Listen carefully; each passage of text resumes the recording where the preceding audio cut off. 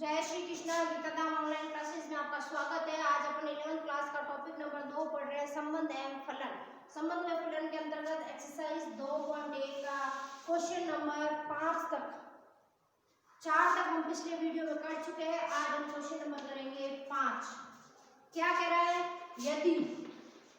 यदि a बराबर यानी सेट a बराबर -1 और 1 है तो क्या कह रहा है? a क्रॉस a, इसका मतलब ट्रिपल क्रॉस ज्ञात करना है। कितने क्रॉस ज्ञात करना है? 3 बार a इंटू a ज्ञात कीजिए। देखिए, सबसे पहले हमें a उतारे, -1 और a। हमें क्या चाहिए? a cross a। क्या चाहिए? a क्रॉस a आ गया क्रॉस -1 और 1 करेक्ट। देखिए a क्रॉस a है, इस सेट का हम अभी a ही समझे, यहाँ एक ही है। इस -1 को इन दोनों से करना है, तो -1 को 1 से करोगे, -1 और 1। इस पहले अवयव का इन दोनों से गुणा हो गया। अब इस अवयव को भूल जाए और यहाँ समझे 1 है।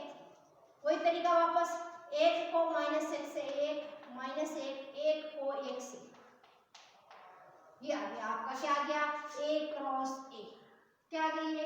a cross a। अब हमें चाहिए a क्रॉस a।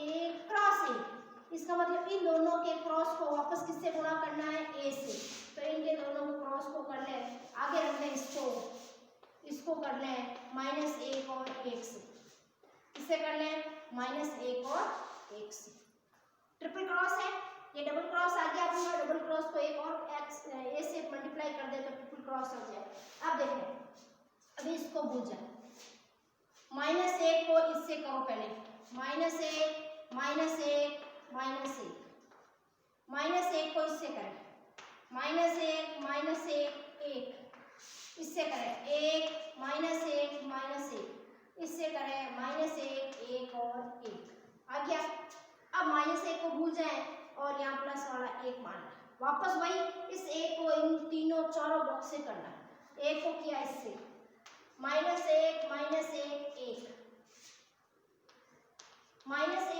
और 1, यहाँ आया 1 और यहाँ से आया 1। ये है आपका question number 5, triple multiplication, a into a। ये है आपका क्वेश्चन नंबर 5। अब देखिए क्वेश्चन नंबर 6। क्वेश्चन नंबर 6 क्या कह रहा है आपका? क्वेश्चन नंबर 6 कह रहा है, यदि a क्रॉस b, इस बार अपन को a क्रॉस b दे रखा है। a क्रॉस b क्या दे रखा है? a, x, a, y और b, x और b, y। तो a तथा b ज्ञात कीजिए। तो a तथा b ज्ञात कीजिए। इसका मतलब ये हुआ कि अभी तक हमें खाली a दिया हुआ था, b दिया हुआ था, हम लोगों ने उसको गुणा किया।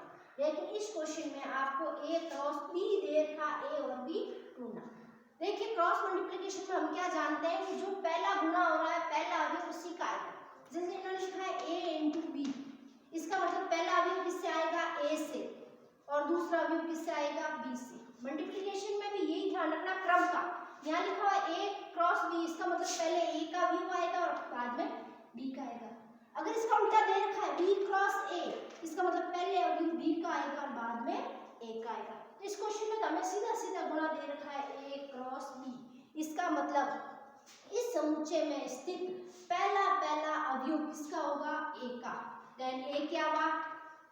a वापस क्या है? नहीं, हम क्या कहते हैं, समुच्चय में एक अक्षर रिपीट नहीं करेगा। अगर यहाँ a आ गया तो ये वाला a नहीं आएगा। अब देखते यहाँ b, यहाँ भी क्या रहा? b, तो रिपीटेशन नहीं आएगा। तो a के अवयव क्या हो गए? a, b। तो इसी तरह b का देखें, सेकंड अवयव यहाँ कौन है? x, यहाँ कौन है? y, यहाँ कौन है? x आ चुका है, रिपीट नहीं होगा। y भी आ चुका है, रिपीट नहीं होगा। इस तरह से a आ गया a, b और b आ गया x, y। इस तरह से क्वेश्चन नंबर 6 भी आपका कंप्लीट होता है। और अब देखिए क्वेश्चन नंबर 7। क्वेश्चन नंबर 7 कह रहा है, मान लीजिए ए दे रखा है सेट ए 2, सेट बी दे रखा है 1 2 3 4, सेट बी, सेट सी क्या दे रखा है 5 6, और सेट डी दे रखा है 5 6 7 8। इस तरह से हमें 4 सेट देखे हैं A B C D. That इसमें पहला क्वेश्चन पूछा जा रहा है A cross B intersection C बराबर होगा A cross B intersection A cross C. देखिए ये क्वेश्चन हमें पूछ रखा है, सत्यापित कीजिए, प्रूफ कीजिए कि ये इसके बराबर है। तो सबसे पहले हम यहाँ देखें, लेफ्ट हैंड साइड है इसकी, फिर इसको राइट हैंड साइड को भी सॉल्व करेंगे, दोनों इक्वल है तो ये सही है।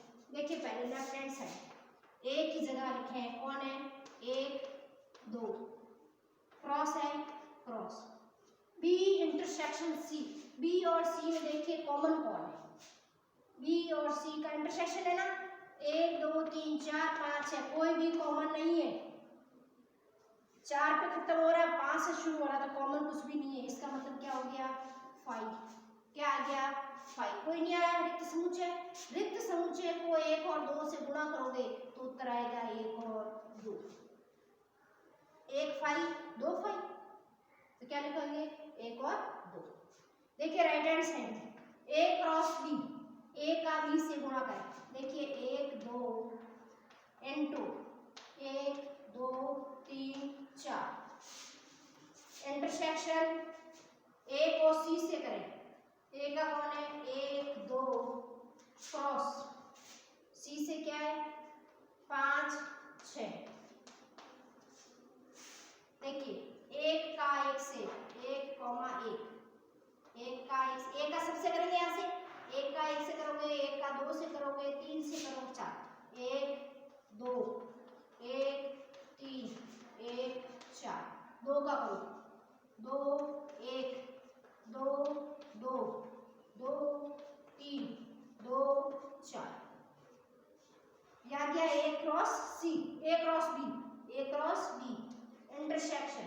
अब है ए क्रॉस सी, ए का सी से करोगे 1 5 1 6, 1 5 1 6, अब 2 से करो 2 5 2 6 2 6, 1 2 5 2 6। अब कॉमन देखें 1 1 1 2 3 1 3 1 4 2 2 2 4, कोई भी कॉमन नहीं आ रहा है इसमें, कोई भी कॉमन नहीं आ रहा है।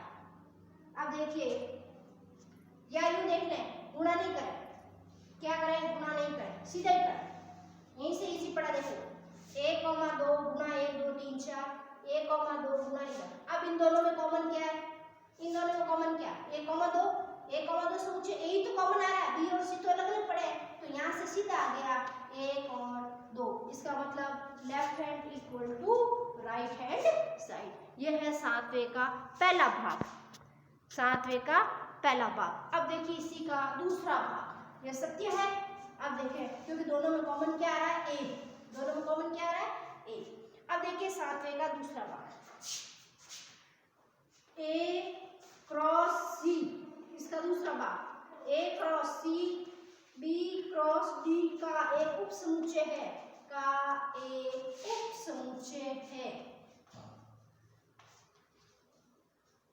इसका मतलब क्या हुआ, बी क्रॉस डी का सबसेट है ए क्रॉस सी, ये मतलब हुआ। इसका मतलब बी क्रॉस डी का परिवार है, उस परिवार में से ए क्रॉस सी सदस्य बाहर निकला है, इसका मतलब वो सदस्य इस परिवार में होना चाहिए। तो सबसे पहले अपन निकाले ए क्रॉस सी, ए क्रॉस सी, ए क्या है 1 2 और सी है आपका 5 और 6, 5 और 6, तो क्या निकलेगा 1 को 5 से 1 5, 1 को 6 से 1 6, इसी तरह 2 का 5 से 2 5 2 6, यह आ गया आपका ए क्रॉस सी। अब जी बी क्रॉस डी, बी कौन है आपका 1 2 3 4 cross D 5 B cross D है ना 5 6 7 8 देखिए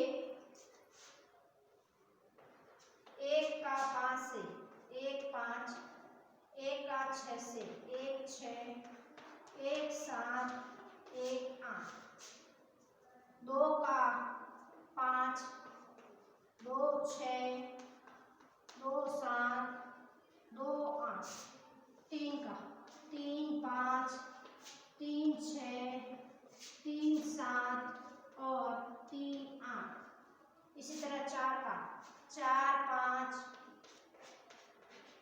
4 6 4 7 और 4 8 ये है हमारा पूरा परिवार बी क्रॉस डी में से एक क्रॉस ही परिवार होना चाहिए। देखो 1 5 इस परिवार का सदस्य है और ये अलग हुआ है। फिर 1 6 इस परिवार का सदस्य है और अलग हुआ है। 2 5 ये पड़ा है और इसमें से यहाँ अलग आया है और 2 6 ये पड़ा और इसमें से अलग आया। इसका मतलब क्या हुआ ए क्रॉस सी सबसेट है बी क्रॉस डी का। ये सबसेट मतलब उप समुच्चय, सबसेट का मतलब उप समुच्चय, समुच्चय में से कुछ अवयव लेकर बनाया गया नया समुच्चय क्या कहलाता है उप समुच्चय सबसेट। ये है आपका क्वेश्चन नंबर 7 का दूसरा पार्ट। अब देखिए क्वेश्चन नंबर 8।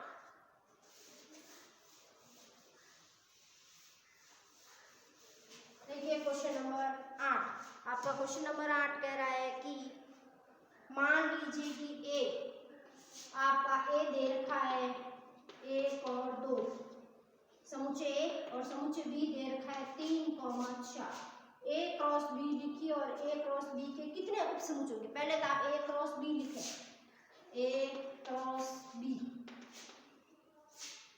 1 का 3 के साथ 1 3 1 का 4 के साथ 1 4 2 का 3 के साथ 2 3 और 2 का 4 के साथ 2 4। अब क्या कह रहा है ए क्रॉस बी के कितने सबसेट होंगे। तो हमें मालूम है उप समुच्चयों की संख्या का फॉर्मूला क्या था।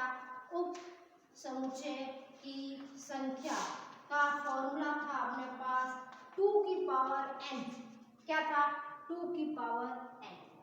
n क्या है उस समुच्चय में उपस्थित अवयव 1 2 3 4 2 की घात 4 मतलब क्या हुआ 2 इंटू 2 इंटू 2 इंटू 2 2 दूनी 4 4 दूनी 8 8 दूनी 16। तो ए क्रॉस बी में उपस्थित उप समुच्चयों की संख्या कितनी आएगी 16। कितनी आएगी 16। यह है आपका क्वेश्चन नंबर 8। देखिए क्वेश्चन नंबर 9।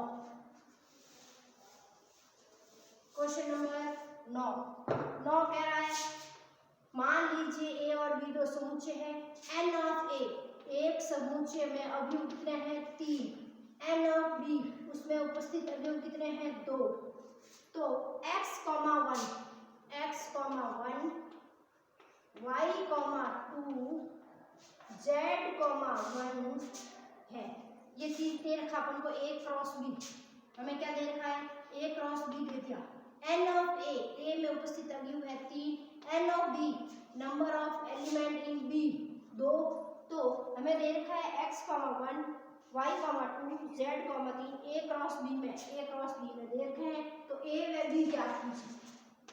हमें मालूम है a क्रॉस b मतलब पहला अवयव a से आएगा दूसरा अवयव b से आएगा। तो a में कौन है x, इधर कौन है y, इधर कौन है z।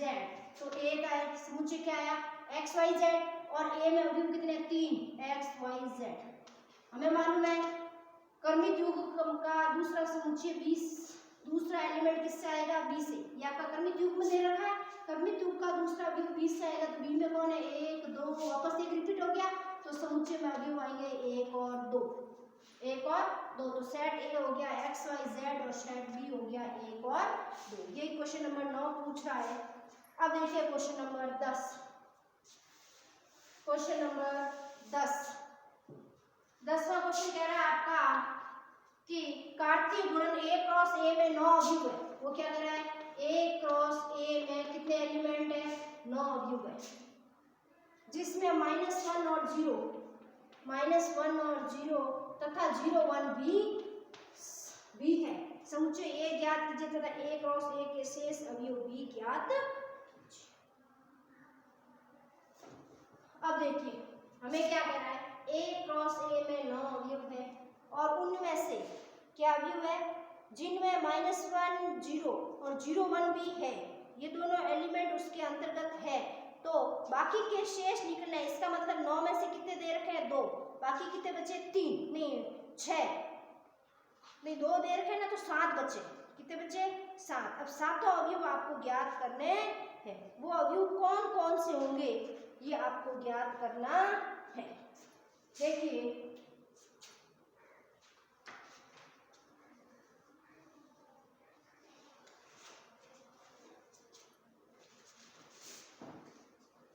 देखिए a इंटू ए क्रॉस में 9 है, इसका मतलब a में कितने थे, 3 और a में भी कितने हैं, 3 3 3 हुए तब 9 है।